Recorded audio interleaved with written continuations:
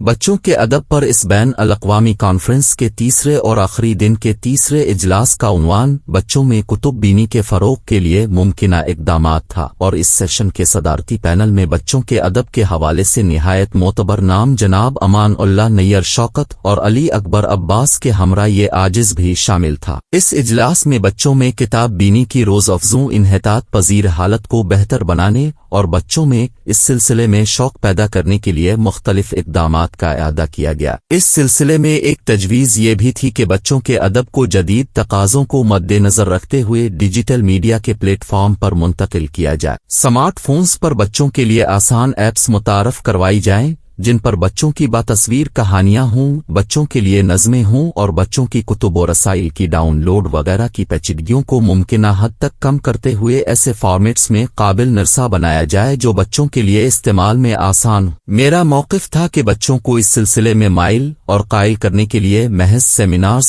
مذاکرے، اجلاس، کانفرنسیں کافی نہیں، بلکہ یہ سب کچھ اس وقت تک بے اثر اور بے نتیجہ رہے گا جب تک اس سلسلے میں والدین کی شرکت اور ابتدائی کلاسوں میں کتاب کی طرف رغبت دلانے والے اقدامات نہیں کیے جاتے۔ ان اجلاسوں اور کانفرنسوں کا اس وقت تک کوئی مثبت نتیجہ برآمد نہیں ہوگا جب تک اس میں حکومتی سطح پر کتب بینی باقاعدہ نصاب کا حصہ نہیں بنتی اور والدین اس سلسلے میں اپنی ذمہ داریاں نہیں نبھاتے۔ والدین کی جانب سے پہلی ذمہ داری تو یہ ہے کہ وہ بچے کو صرف نصابی کتب تک محدود رکھنے کے اپنے طرز عمل کو تبدیل کریں اور غیر نصابی کتب کو بھی اہم نصابی سرگرمی سمجھتے ہوئے بچوں کو ان کتابوں کی طرف مائل کریں اور کتب بینی میں ان کی حوصلہ افزائی کرے۔ دوسری یہ کہ وہ بچوں کے لیے تھوڑا وقت نکالتے ہوئے ابتدائی سالوں میں انہیں کہانیاں سنائیں۔ پہلے یہ کام نانی ادادی سرانجام دیتی تھیں، لیکن جوائنٹ فیملی سسٹم میں بتدریج کمی کے باعث اب اگر اس ذمہ داری میں ماں بھی شریک ہو جائے تو نتائج بہتر ہو سکتے ہیں۔ اگر ایک بار بچے کو کہانی سننے کی لت پڑ گئی تو وہ اپنی کہانی سننے کے شوق کی تکمیل کے لیے خود کتاب تک پہنچے گا اور آس کو کہانی سننے کا شوق وہیں لے کر جائے گا جس طرف ہم اسے لے جانا چاہتے ہیں۔ اس سلسلے میں دوسرا اہم کردار اسکول کا ہے، جہاں بچے کو ابتدائی کلاسوں میں ہی کتاب سے دوستی پر مائل کیا جا سکتا ہے۔ جب میری جنریشن کے لوگ پرائمری سکولوں میں ہوتے تھے تب سکولوں میں بزم ادب کا ہفتہ وار پیریڈ ہمارے ٹائم ٹیبل کا لازمی حصہ تھا۔ اس پیریڈ میں بچے شعر، نظمیں، لطائف اور کہانیاں سناتے تھے۔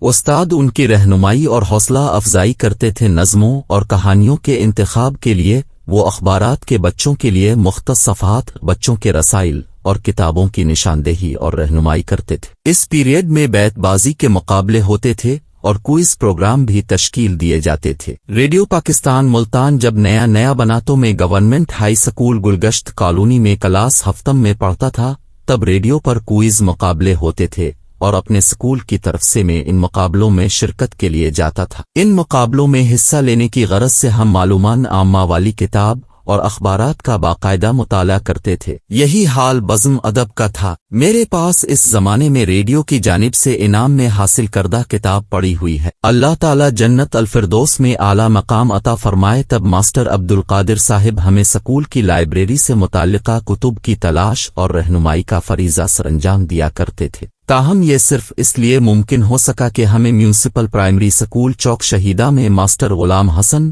اور اس سے بڑھ کر نہایت عمدہ شاعر اور ادیب ہیڈ ماسٹر خادم کیتھلی مرحوم کی سرپرستی حاصل تھی۔ مرحوم خادم کیتھلی صاحب نے غینونچے ادب کے نام سے سکول میں ایک تنظیم بنائی ہوئی تھی جو طلبہ کو ہفتہ وار ادبی سرگرمیوں میں شمولیت کی جانب راغب کرتی تھی۔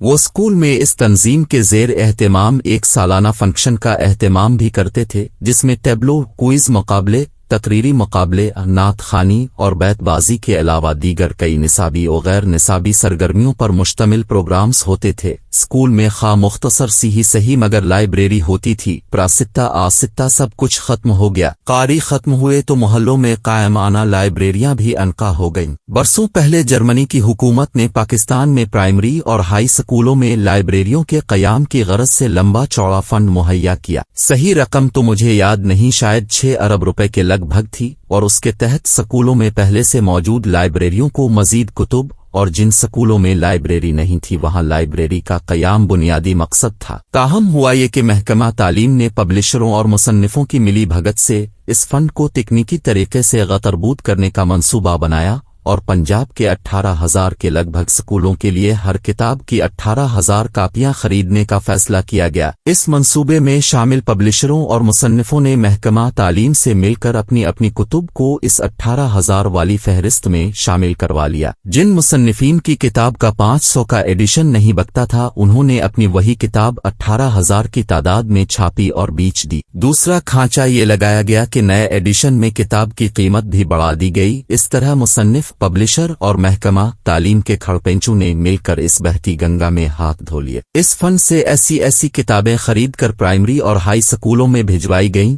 جو ان سکولوں کے بچوں کی ذہنی استعداد، دلچسپی اور عمر سے قطعا مطابقت نہیں رکھتی تھی۔ ایسے موضوعات پر مبنی کتب سکولوں میں فراہم کی گئیں جن کا ابتدائی کلاسوں اور ہائی سکول کے بچوں سے دور تک کوئی واسطہ نہیں تھا۔ برسوں تک پبلشروں کے شیلفوں اور گوداموں میں پڑی کتب کو اس فنڈ کے پیسے بٹورنے کی خاطر سکولوں میں پیل دیا گیا۔ عملی طور پر اس فنڈ کی بیشتر رقم ان 3 فریقوں نے آپس میں بانٹ کر برابر کر دی۔ سکولوں کی لائبریریاں اس فنڈ کے آنے سے پہلے جتنی بانجھ اور ویران تھیں، اس فنڈ کے استعمال کے بعد ان لائبریریوں میں کتب کی تعداد میں تو اضافہ ہو گیا لیکن جو اصل مقصد تھا وہ پورا نہ ہو سکا۔ لائبریریاں بچوں کی دلچسپی کے حوالے سے اپنے آپ میں رتی برابر تبدیلی نہ لا سکیں اور بچوں کو لائبریری کے ذریعے کتاب سے جوڑنے کا یہ منصوبہ مکمل طور پر ناکام ہو گیا۔ شنید ہے کہ جرمنی کی حکومت نے اس سلسلے میں دوسری قسط کے طور پر اور رقم بھی بھجوانی تھی لیکن جیسے ہی انہیں اپنے پہلے سے فراہم کردہ فنڈ کا حال معلوم ہوا انہوں نے کانوں کو ہاتھ لگاتے ہوئے آئندہ اس قسم کی حرکت کرنے سے توبہ کر لی اور ہمارے سکولوں کی لائبریریاں الماری میں بند کتابوں کے ایسے قبرستان میں تبدیل ہو گئیں جہاں ان مرحوم کتابوں پر فاتحہ پڑھنے بھی کوئی نہیں آتا۔ اب خود سوچیں جن کتب میں قاری کی دلچسپی کا کوئی سامان نہ ہو بھلا انہیں کون پڑھے گا۔